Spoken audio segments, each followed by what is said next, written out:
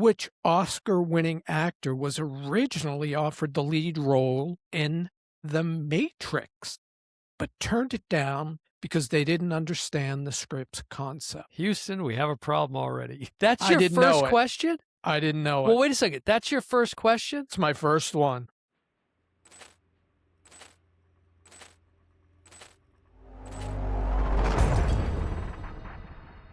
Welcome to the O Brother Podcast. I'm your host, Dan Smith. Alongside me, as always, my brother from the same mother, Mike Smith. How's it going, Dan? Good, man. Good to see you. Really rough there, 79 degrees today, huh? See, you beat me to it. I was going to kind of lead into that with a gag. So, yeah, it's January 2026, and we're about to go head-to-head with some movie trivia. This is Brother versus Brother movie trivia, round 6.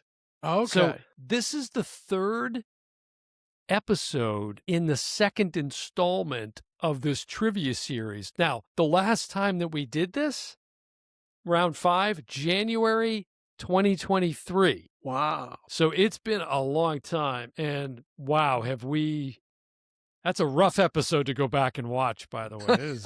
Those are some early O Brother episodes. But so yeah, but your comment there, I was going to say that because it was warm today. I'm just going to say that the sun was out. Headed it was like for 80. The worst storm in 5 years. You got like a bomb cyclone hitting. It's right for now you or 11 something. degrees where I'm sitting. You get a huge Arctic blast coming. So Mike's like, well, hurry up, let's get on with this episode so I can get back into the comfort of my warm Unfair room. advantage right off the bat. Yeah. Well, again, if that room you were in was not riddled with gaps and holes and all kinds of leakage, Perhaps some insulation might have worked. I mean, I give Dad all the credit. Dad built this out of a porch, this room I'm in. And it's a really nice room. I put a floor in when I got here, but... Well, the interesting thing is that, you had the room renovated for them, to which they had they were not grateful at all, I think. It was sort of... Dad I wouldn't say they weren't grateful, but they didn't... Oh, was he... He was right. angry. Yeah. He refused. What I did is I turned it into a movie room. I put a big screen, hardwood floors, reclining seats. Now, he was furious at me. Is it fair to say that you were also in some way using it undercover as a way to store your thousands of movies? No, that wasn't, because I always had other space for that, but I really did it hoping that me and Dad would watch sports games together. Mom and I would watch movies together. Yeah. It's never happened. You and I have.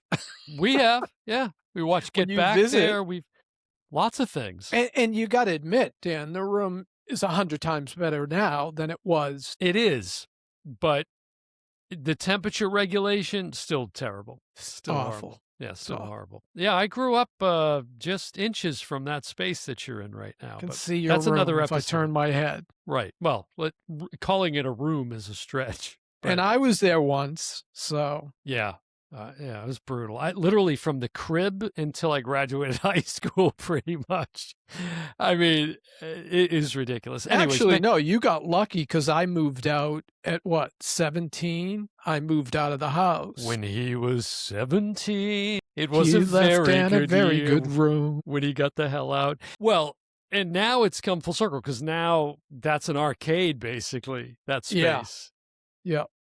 All right, so Brother versus Brother movie trivia, kind of odd because it might get in the specs on, because these are not, in full transparency, these are not our most sought after episodes, folks. We're well aware of that. We can see the analytics. We get it, but we find it enjoyable, and it was kind of incomplete. Like I said, we left off with round 5. There was no round 6. I don't recall who won round 5 offhand. So I think it was you. I think you won the last one. It might have been me. I think you won the first 3. And then I won the next 2, and then here we are. So this is high stakes here, folks, for this episode. So go ahead. People will be screaming at us because you'll ask a question or I'll ask a question, and they'll know it, and they'll be like, you idiot. Yeah, for sure. You have a movie podcast and you can't answer it? Feel free to use the comments actively there, folks, to let us know your thoughts. But and if you're not subscribed, just go out to the YouTube channel and it's youtube.com/Oh Brother Podcast, all spelled out. So if you're not subscribed already, please do that. Deeply appreciative of everybody that's already done that up to now. This will also, of course, be on all podcast platforms. So you can stream it too if you want, because we know you're going to want to go back and listen to this episode numerous times. I mean, that's just a given. We should say, like, we're in 2026 now. Now, back when we did round 5, AI really wasn't where it is today, right? Right. So it's built into the phones. It's built into everything that we're using. And we took advantage of it in this regard to generate a list of independent questions for each other using the same prompt, so that, we could have a pretty enjoyable conversation. So we're just going to ping pong, right? Little popcorn back and forth here with it. And do you want to kick it off or do you want me to start it off? It's up to you. How you feel like a question off the bat? Do you feel lucky, punk? Yeah. Yeah, let's go for it. Let's get in there. Okay. Question 1. Which Oscar-winning actor was originally offered the lead role in The Matrix, but turned it down because they didn't understand the script's concept? Okay, so Houston, we have a problem already. That's your first question? I didn't know it. Well, wait a second. That's your first question? It's my first one. Read it again. Which Oscar-winning actor? Okay. So again, AI, clip, right. snip, snip. It's the same question I have. So let's skip ahead to, what's your second question? How does your second question start off? It starts in which classic film? Okay. So it looks like we get back on track with question 2. But question 1, I have an unfair advantage because I have a slight variation of the same question. Oh, wow. So is the answer, I don't know, Will Smith, perhaps? Gee, how did you get that? Ding, ding, ding. Now, I didn't know that answer. I wouldn't have known it either. So it's kind of fitting. It's sort of a throwaway there. All right, so let me hit you with the next one. Okay. And if this keeps happening, then we're going to have to go to plan B. But okay. Which director is known for using the fictional brand Red Apple cigarettes across multiple films? Who does that sound like might do something like that? The beginning again? Yeah. Which director is known for using the fictional brand of cigarettes called Red Apple cigarettes in multiple films? It's got to be somebody kind of on the eccentric side, perhaps, you might think. Red Apple cigarette. I would think obviously their characters smoke, apparently, in a lot of the movies. That's a clue, but I don't know it. There's so many to choose from, right? Quentin Tarantino. Okay. Yeah. I wouldn't have got it. All right. This one. Let's bring up the energy here with the next question. Yeah, this one, yikes. And I mean that in a good way for you. We'll see. In which classic film did an unscripted mechanical malfunction end up creating one of the most memorable suspense sequences, prompting the director to keep it in the final cut? Ooh, I'm going to just say Jaws. It's the first thing that came to mind. Is it Jaws? Ding, okay. Yeah, well, we've talked, first of all, we did an episode on Jaws. And how ironic. There you go. Right behind Mike is the poster of Jaws, and we talked a lot about the challenges that Spielberg faced with the I think it's a better movie because of that malfunctioning shark. Yeah, he had to get creative. This is an interesting segue into my next question for you, which is now, okay, I've said this on round 5 3 years ago. I'm saying it again. We keep forgetting to take score. So where are we at here? Yeah, 1-0. Damn. Yeah. All right. In Jurassic Park, so Spielberg again, Mike. Right. What everyday household item was used to create the rippling water effect when the T-Rex approaches? A glass of water. No. Let me read it again. Okay. In Jurassic Park, what everyday household item was used to create the rippling water effect when the T-Rex approaches? Now, this doesn't make sense because I know how they did it because it's in the extras, but it's not an everyday. They used a guitar, a bass guitar. Bing, bing, bing, bing. I'm going to give it to you. The answer is a plucked guitar string attached under the dashboard. I didn't know that. Okay. See, I did, I didn't know that. but I didn't think that would be considered an everyday item. That is a bit odd. Yeah, that's a bit odd. Yeah. What everyday household item? I mean, I have a guitar inches from me, but that's bizarre. It's Yeah. in the extras, But like, you got it. and they found it like it was a total fluke. I didn't know that. I Yeah. did not know that, as Johnny Carson would say. Okay. What do Okay, I you got? ready? Yeah. What was the first animated film to receive a nomination for Best Picture at the Academy Awards long before the creation of Best Animated Feature? Yeah. So this went up against everything. What's the beginning of the question again? What was the first animated film to Mhm. receive a nomination for Best Picture at Okay. the Academy Awards? Now, I may be totally wrong. I believe we talked about this on the podcast before. I believe I may end up getting this wrong, but I'm going to say Snow White. I would have said the exact same thing Right. because we've both seen Walt's Academy Award, but But it's that not right. But that was, yeah, because that was really an honorary Correct. Oscar, and he was given one for each of the dwarves. Right. It was like a staircase, Right. and we So- saw it in Orlando. And then I don't know why. Normally, my mind wants to go to Fantasia for Yeah, that. no. But okay, what's the answer? I'm not sure I would have gotten this. I don't think so. I would have liked to think I would have, but it's Beauty and the Beast. Oh, yeah. Oh, geez. I mean, I feel akin to that because of, my encounters with Belle, here down in Florida. The actress who voiced the Belle, yeah. character did the singing. That's right. You've Okay, met, let's. what, 3 times? Yeah, 3 times, got signed artwork by her and everything. Okay, so let's get your next one here, Mike. Which 90s action film? This is sad. This is sad. Which I'm pained that I even have to read this question out loud. Which 90s action film features the line "Hasta la vista, baby"? Terminator. Or wait, Terminator 2? Is that your final answer? I'll go with Terminator 2. Okay, I'm going to give it to you. Terminator 2 Judgment Day, just to be clear. But, as you were pausing, I realized, what, that is not as easy as you think. Because No. you say it in your mind and you go, well, that could have been from the original. Right. But that's I'll Be Back, of course. So, anyways, okay. 2-1. Mike's in the 2 to lead. 1. And it sounded like a James Cameron line, which is why I went with 2. Yeah. Yeah. You ready? Yep. Let's do it. Which major fantasy film trilogy famously shot all 3 installments simultaneously, creating one of the most complex production schedule in modern cinema?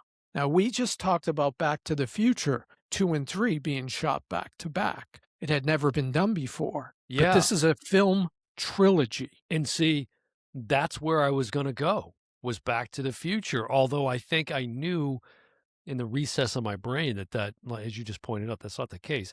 Jeez. Okay, one more time. Read it to me. Which major fantasy film trilogy famously shot all 3 installments? Lord of the Rings. Bingo. Okay, thank you. And, we're giving each other a little bit of grace A little there. grace with the time. read it again type thing. Okay, we're tied up. So it's back to you. You ready? Okay, Mike.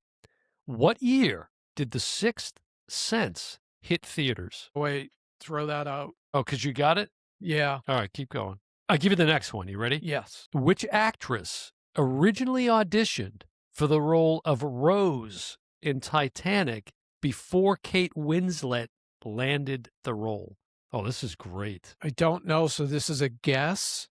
I'm thinking of who is hot as far as, not looks. There's 2 in my mind, and I'm going to go with Julia Roberts. A good guess. Good guess. I think you're going to be surprised to hear the actual answer. Okay. Because this is an actress that you happen to be quite fond of, that we're both quite fond of. And I've actually been watching one of her series lately. Claire Danes. Oh, yeah. Claire Danes. Yeah. My other guess was going to be Kate Blanchett. That's a good one. Yeah. Yeah. Both good guesses. Yep. Okay. Okay, you ready? Yep. So it's 2-2? 2-2. Okay. Which 1990s film pioneered a now standard digital effect by using groundbreaking morphing technique that stunned audiences at the time? Morphing technique. Jeez, I'm not going to ask for a definition to get specific, but I'm going to say it just first thing that comes to my mind, and we did an episode on it recently, and it's just in my I'm gonna say The Abyss. Good. Good You got the guess. right director. Oh, It was it a was movie. Terminator. It was Terminator Terminator 2. 2 with, the T-1000. Exactly right, the liquid Boy. metal. Okay, that's good. All right, I don't feel See, so like, bad about it. saying T-1000 Yeah. should get you half a point, but no. Even you wanna give me half a point, okay. All right, you ready? Yeah. This is you got a couple of softballs, but all right. Which composer created the iconic two-note motif for Jaws? Not Halloween, for Jaws. And I'll read that to you again if you need. Yeah, go ahead. All right.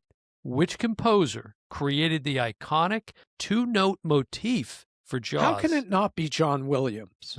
Bing, bing, bing, bing, bing. Okay. Right. See, that's the thing with some of these questions. It's so obvious. Right. You start questioning yourself. That's what I was going. I'm like, can't be. That's too easy. All right, let's go. Rock and roll here. Which beloved adventure film nearly cast a well-known comedian as iconic archaeologist hero before the studio insisted on a more dramatic act? So we're talking about Indiana Jones, I'm That's assuming. correct. Okay. And you're talking Harrison Ford, right? So it's got to be someone in that same age range, roughly. And I'm going to say Robin Williams. Or I would have said Jim Carrey, but I'm going to say Robin Williams. And you didn't say the name of the movie. Indiana Jones.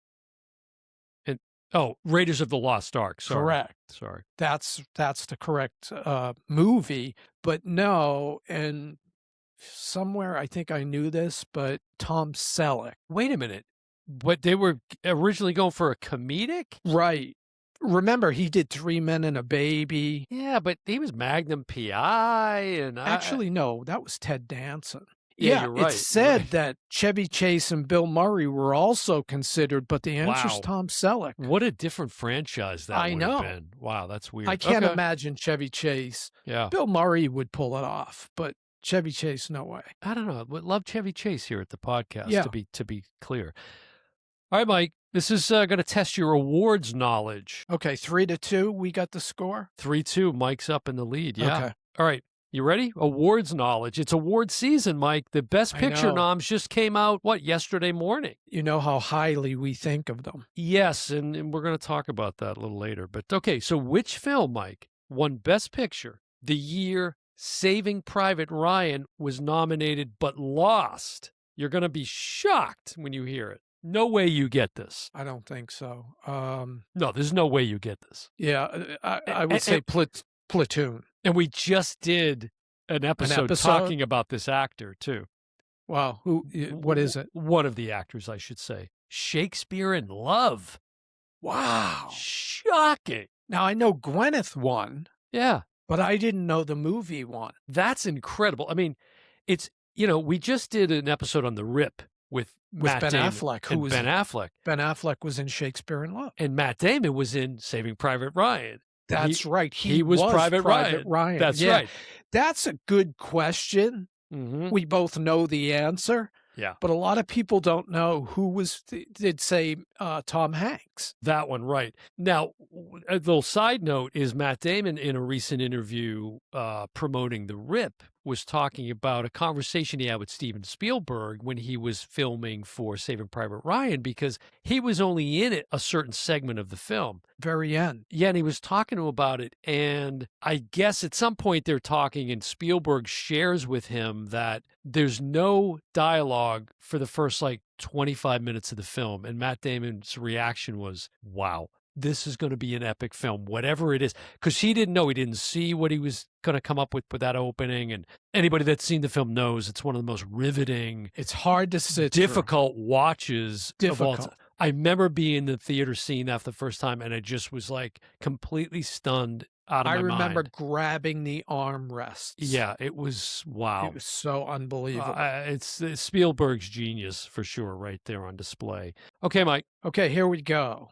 Which film's opening sequence was so technically ambitious that it required a custom camera rig built specifically for the one shot? Now listen to that question again, Dad. Yeah. Which film's opening sequence was so technically ambitious that it required a custom camera rig built specifically for that one shot. Did I give it to you? No. Oh, No, you're gonna hate yourself I if you get it will, wrong. but I'm gonna say I'm gonna go with a film in the James Bond franchise. I know this is wrong, but you just had me going there for some reason. But it doesn't completely fit with a part of the question. I'm just gonna say GoldenEye. It's a good guess because that's a fantastic opening, It's one a of the great best opening. Bond openings there Yeah. is. You're gonna hate yourself. Now, would I get it if it was within like a decade? Is there some way that I might have clued Not into it? necessarily, but if I Okay. told you the director, you'd have it in 2 seconds. Well, let's You see. Now that I didn't get it right, let's give me a second chance. Orson Welles. Touch of Evil. Wow. Yeah. So and again, I emphasized opening sequence. Yes. Yeah. And they had to rig because the The opening, rig. and this is often exaggerated. The opening sequence of Touch of Evil is like 3 minutes, under 3 minutes, but it's all one shot. And there's all these moving parts. Mm-hmm. It's an incredibly, people think it's a 20-minute shot. Like I've heard Right. people say, oh, yeah, the opening's 20 minutes. And the Yeah. movie The Player, Yeah.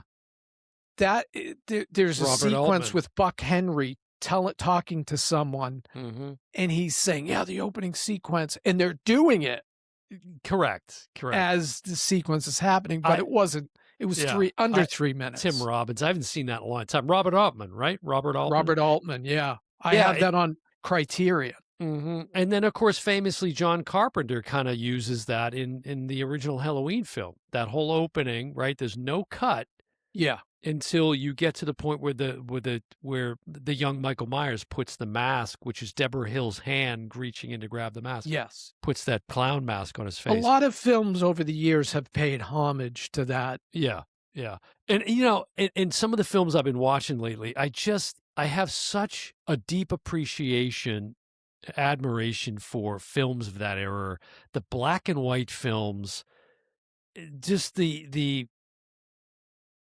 technical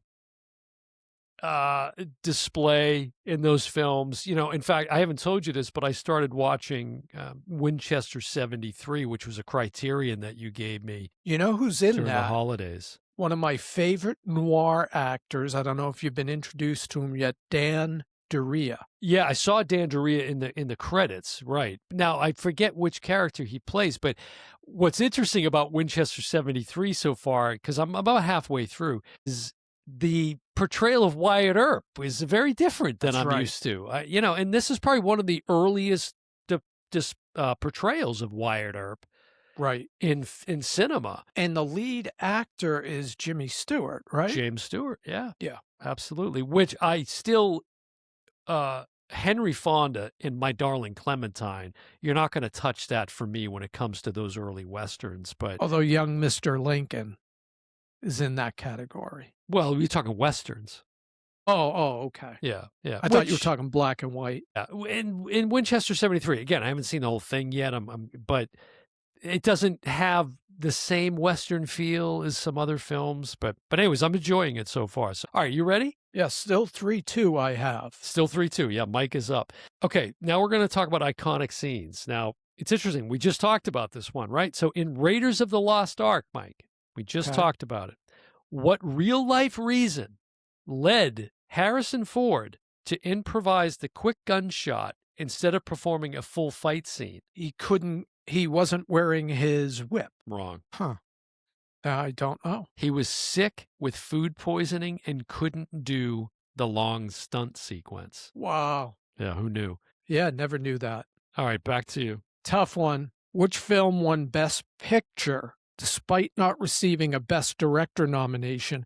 A rare occurrence that sparked debate about Academy voting patterns. You're not going to get this one. Wow. Okay. So it's a very obscure film or it's something? It's not that obscure. You know the film, but... So it won Best... This has happened multiple times. It won Best Picture, but not Director. It won Best Picture, but didn't even get a nomination for its director. Okay, that's interesting. Yeah, and how does that really happen, quite frankly? Yeah, like it directed itself. Exactly. It's the Best Picture. Exactly. You'll Best hate picture, the answer. best picture, but not best director. Okay, give me a second. I know it's not. I know it's not The Shining because that's part of the big five, as we've talked about. Best picture, but not best director. It's not Unforgiven. I'll even give you the year. No, no, no. I don't want the year. I'm gonna make a Well, guess here. okay. Just a second. Best picture, but not best director. I'm going to say Godfather 2 for some reason. No, Because Coppola did not win, right? For I Godfather 2. I don't believe he did. I thought he did. And anyways, be- what was The it? answer, episode we just talked about, the rip, Argo. Oh, Ben Affleck. Ben Affleck did not get I nominated. never would have got it. No. That's a good one. That's a good. And That's even a if I cut. gave you the year, 2012, Wouldn't have mattered.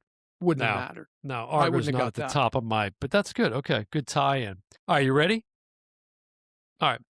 Which sci-fi film used an electric razor inside a metal mixing bowl to help create its futuristic sound effects? Think on it for a second. Love sci-fi. I'm gonna go with Aliens. It's a fair guess, right? But even more obvious than that, Star Wars. And specifically the lightsaber hum. Is that where they got it? Yeah. So I didn't know. I didn't even know that. An electric razor That I should know. inside a metal mixing bowl. Yeah, that's amazing. And geez, who was the guy responsible for most of the sounds in the Star Wars original film? Not the soundtrack. You're talking about the sound. Ben Burt. That's who it is. Well, Ben Burt is, I mean, some of the things, like I think it's the TIE fighters, you know, the Darth Vader's, you know, the Imperial. There's so many great special effects sounds. Yeah, that's like tires on a wet road or something. It's crazy when you think about it. Yep. When you know. Okay. Okay. I failed to go up 2 here, Yeah. so Dan can even it up. Yeah. And yours happens to be a sci-fi question. Nice. Which is not my wheelhouse. This is more your wheelhouse. Yeah. Let's see if you get it. Let's do it. Which sci-fi film set on a distant planet was actually shot almost entirely in a real desert location with minimal soundstage work to enhance the realism? Oh my God, I'm just going to say Dune because it's the first thing that comes to my mind. What is it? You got it. Say, it's Dune? It's Dune. Now, do I have to give you Dune 1984 or Dune? No. It just says Dune. It does say which one. What is it's it 2021, so it's it is the new 2021. one. Okay. Okay. But I'm going to Dune take 3 coming out 3-3. I say we go to 5 because this could get pretty lengthy. Yeah, but that's normally where we wind up. People, now, I'm out like of questions. Listeners, viewers. Yeah, so just type in, give me another set, and it'll give you another set. So can you imagine how riveting this is for the viewers, Mike? The listeners are just on the edge of their seats. 3-3, it's tied up.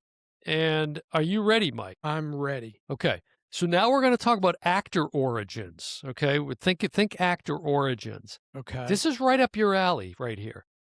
Which actor made his film debut as a background extra in A Nightmare on Elm Street Part 3 before becoming a major action star? That's a tough one. God. It's a tough one, but you're pretty astute on the Nightmare on Elm Street franchise. And Johnny Depp was in the original. Yes, all right. That's right. Part 3. Now think about it, right? Someone who background extra goes on to be a major action star. Oh, okay. Wait, I didn't hear the question correctly. Then. Yeah.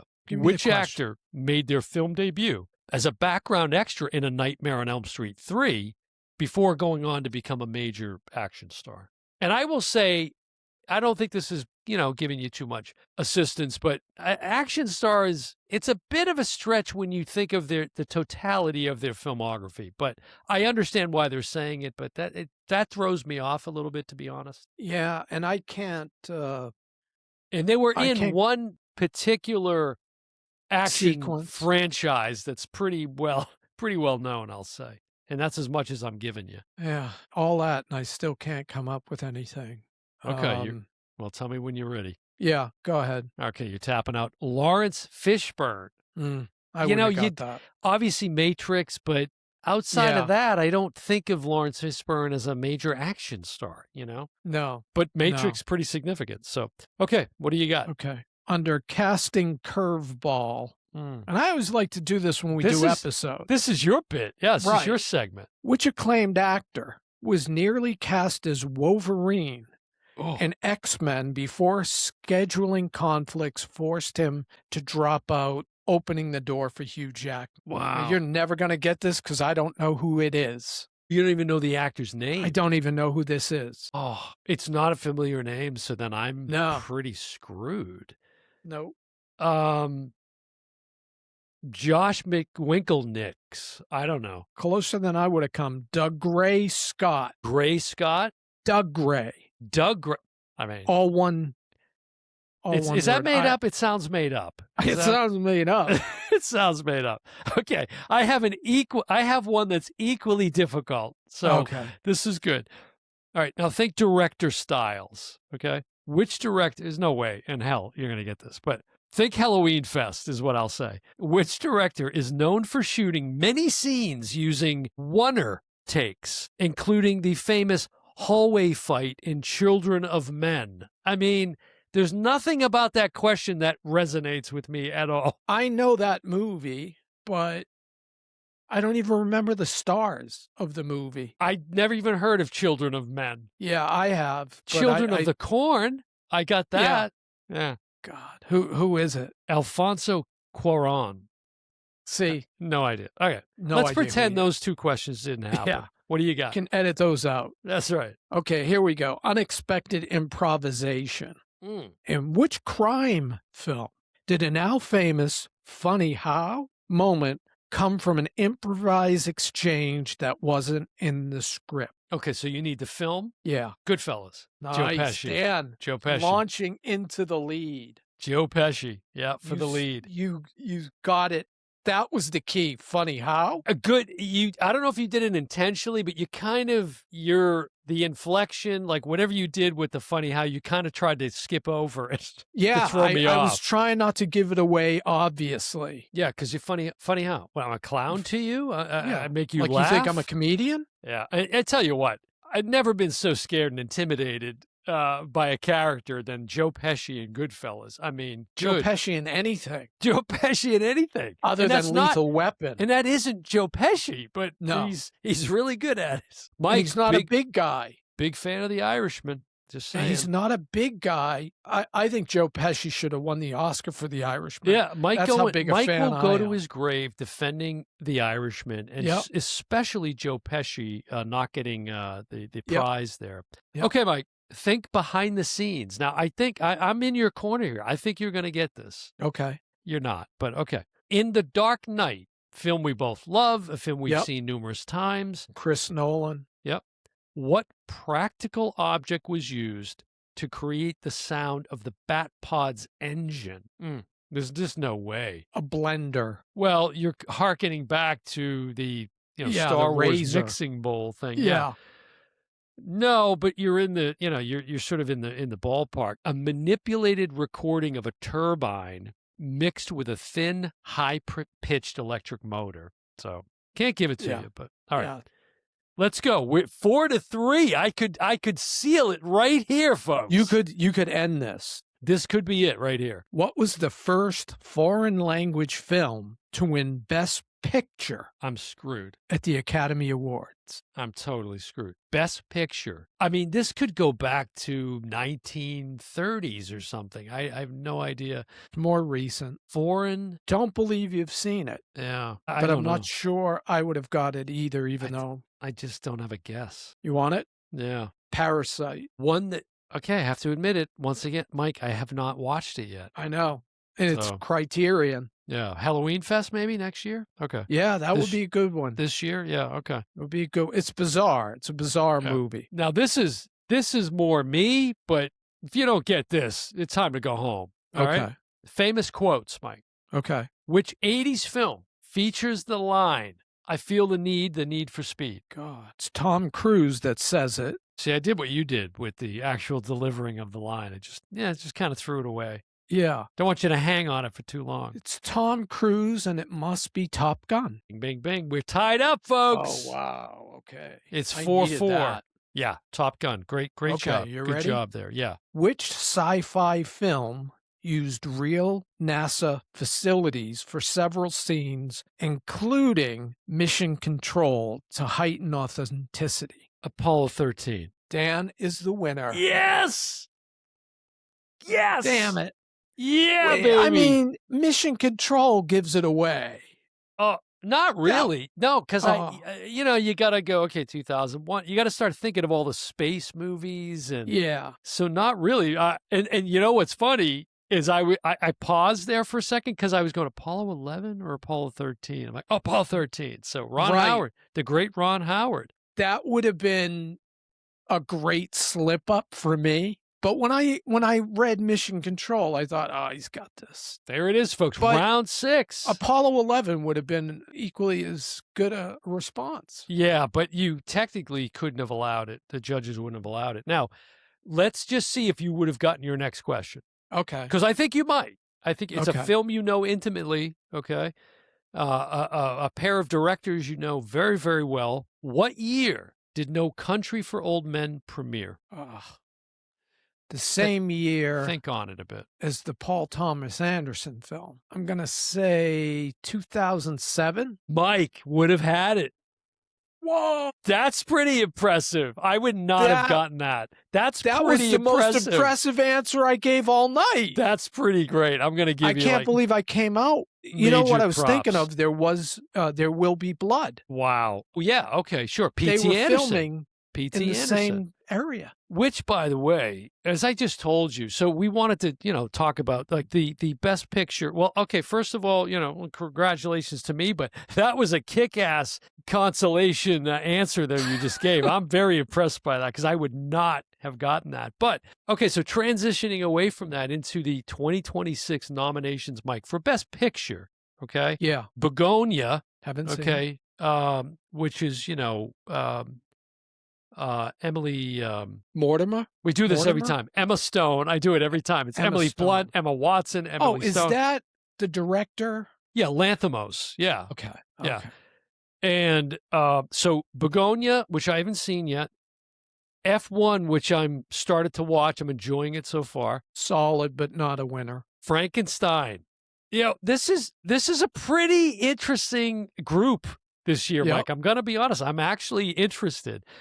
Solid. Hamnet, which I haven't seen yet. Have you seen it? Nope. Won the Golden Globe, though. And help me out. Jessie Buckley, who's in The Bride that I can't wait to see in March, was in Hamnet as well. Big year for her right now. Marty Supreme, haven't seen it. Will see it. A little put off by the hype machine of it, but yeah, but it's good. It's a good film. Doesn't have a great ending. Not a winner. Okay. Then we have The Secret Agent. I know nothing about it, but I do know, and I don't have his name at the ready, but the gentleman, the actor who played Pablo Escobar in Narcos. Okay. Who was also in Civil, what's the one we did with oh my God, Mike, the couple that met on Fargo. Oh my God, that's Jesse Plemons and his incredibly talented wife. She was in Spider-Man. Kirsten Dunst. Kirsten Dunst. He was in that film with them. We did the Civil, we did an episode on it. It was good. You didn't like the ending because of the way they dealt with the president. What is it again? Civil, my God, that's terrible, guys. Again, people going crazy. Civil War. Duh. Okay. Which Jesse Plemons, he's in it 10 minutes, steals the film. Great. Which is interesting because you're going to mention the film, One Battle After Another, right? I might. You got to let me get through the list. Okay. Train Dreams, which I've not seen, which is one of the brothers, oh my God, what are the two brothers? Safdie brothers? No. The one that he's in Star Wars. He plays the uncle in Star Wars to Luke. Oh my God, that's terrible. Anyways, Sentimental Value, Mike. We love to say it. Skarsgård. And I've got to tell you, of all the films listed, it's tied in terms of Rotten Tomatoes rating, 97% with another film, which we did an episode on and love, which is Sinners. Now, Yeah. it set a record, Mike. Most nominations, I 16. I was stunned by that. 16. Now, I mean, we both liked the movie. what held the record prior to that? Oh, Silence of the Lambs or No. For most noms? No. Yeah. No. I know, All About Eve. No, that's not right. Wow. No. Let's see. Most nominations, and it got 16. I think the most was 14. Oh, made history. Okay, wait a minute. Is it going to say? Could have sworn All About Eve was one. There's a Oh, couple. yes. 90. Okay. The 98th Academy Award nominations were announced Thursday, and Ryan Coogler's musical horror earned 16 overall nominations, breaking the record for the most nominations for a film previously held by All About Eve 1950, Yes. Titanic 1997, and La La Land 2016. So they I didn't know actually La were La Land. 3. Yeah. I got the toughest one out That's of great. that list. No, again, Mike, with the knowledge. Now, the last one I haven't mentioned yet, I said Train Dreams, but you mentioned And one. I don't even know that film. But you know the actor. One Battle After Another. Now, I said to you, I watched it the other night. If this doesn't. Now, listen, I love Sinners. I love Sinners. So Right. I would right. not be mad if Sinners ends up winning in this category. But if it Right. is, if it doesn't come down to Sinners and One Battle After Another, now again, we should say, have we seen all the other nominated? Not yet, but I think we should. I think we should see every film and do an episode leading up to the Oscars. That's what All I right. think we should do in the Oh Brother podcast. So All right, now, I'm up for it. F1 doesn't have a chance in hell against those two films. No. And if it does, it's a total fix, you know. I think it already won the Golden Globe, One Battle After Another. That is usually an indicator. Mm-hmm. Not always, though. Mike, Train Dreams, directed by Clint Bentley, starring Joel Edgerton.